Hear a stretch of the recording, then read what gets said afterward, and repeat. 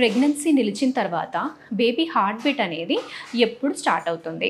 ఈ విషయం గురించి మనం ఈరోజు మాట్లాడుకుందాము. హలో అండి, నేను doctor Maitreyi, gynaecologist and fertility expert, Maitrisri fertility centre, Hyderabad. నార్మల్గా బేబీ హార్ట్ బీట్ అనేది అరౌండ్ 6 వీక్స్ టైంలో స్టార్ట్ అవుతుంది. దీన్ని మనము ఎర్లీగా డయాగ్నోస్ చేయాలి అంటే ఏ విధంగా చేయాలి? చాలామంది ఏమనుకుంటుంటారు అంటే 3 నెలల వరకు అసలు స్కాన్ అనేది చేయించుకోవాల్సిన అవసరం లేదు అన్న మిస్కన్సెప్షన్లో ఉంటారు. సో మనము ఎంత ఎర్లీగా స్కాన్ చేయించుకుంటే అంత బెస్ట్. ఎందుకు అంటే ఈ మధ్య మనకు సమస్యలు అనేవి కూడా ఎక్కువగా అవుతుంటాయి. చాలా ఎక్టోపిక్ ప్రెగ్నెన్సీస్ అన్నట్టుగా వింటున్నాము. ఇలాంటి కేసెస్ అనేవి ఎక్కువ చూస్తున్నాం. అందుకు ఎంత ఎర్లీగా చేసుకుంటే స్కాన్ అంత బెస్ట్. అసలు బేసికల్గా స్కాన్ చేసినప్పుడు గర్భసంచిలో శాక్ అనేది ఎక్కడ ఉంది, గర్భసంచిలోనే ఉందా లేకపోతే గర్భసంచిలో కాకుండా వేరే చోట్ల ఎక్కడైనా కానీ ఉందా అనేది మనము చూస్తాము. అది ఒక ఫస్ట్ క్రైటీరియా. తర్వాత వచ్చేసి నెక్స్ట్ స్కాన్ అనేది హార్ట్ బీట్కి చేసే స్కాన్. హార్ట్ బీట్ అనేది మనము ఇంటర్నల్ స్కాన్ అంటే ట్రాన్స్ వెజైనల్ స్కాన్ చేసినప్పుడు అరౌండ్ 5 వీక్స్ 6 డేస్ అంత ఎర్లీగా కూడా మనకు హార్ట్ బీట్ ఫ్లిక్కర్ లాగా అనేది మనకు కనపడుతుంది అనమాట.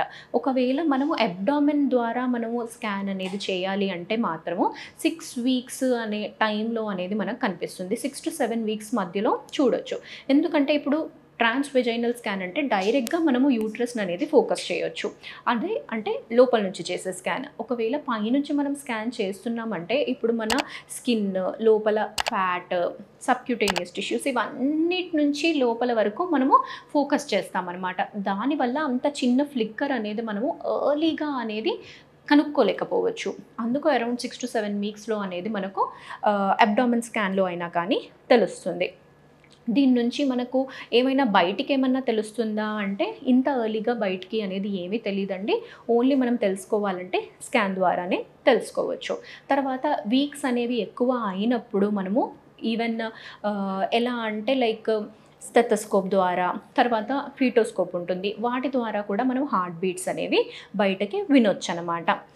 కాకపోతే బయటికి మనకు మన గుండె చప్పుడు అనేది లోపల ఎలా అయితే ఉంటుందో బేబీ హార్ట్ బీట్ అనేది కూడా అంతే ఉంటుంది. మనకు బయటికి అనేది ఏమీ వినపడదు. ఓన్లీ త్రూ ఇన్స్ట్రుమెంట్స్ అనేది మనము చూసుకోవాలి అండ్ స్కాన్లో అనేది చూసుకోవచ్చు. తర్వాత వచ్చేసి స్కాన్లో మనం చూసినప్పుడు బేబీ హార్ట్ అనేది కూడా కనపడుతుంది. ఈ విధంగా మనకు ఎర్లీగా అనేది ఏమీ అయితే తెలియదండి. అండ్ తర్వాత మీకు మూమెంట్స్ అనేవి అప్రిషియేట్ అనేది అరౌండ్ మీకు 4 months అనేది స్టార్ట్ అయినప్పుడు అనేది తెలియచ్చు.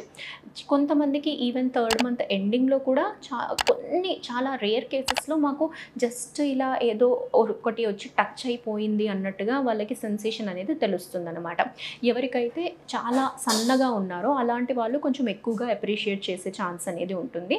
లేదు నార్మల్ వెయిట్లో ఉన్నారు లేకపోతే ఒబీస్ ఉన్నారు అంటే మాత్రము అరౌండ్ 16 to 18 వీక్స్ వరకు అయితే ఆగాల్సి వస్తుందండి. అప్పుడే మీకు కొంచెం మూమెంట్స్ అనేది అప్రిషియేట్ చేసే ఛాన్సెస్ అనేవి ఉంటాయి.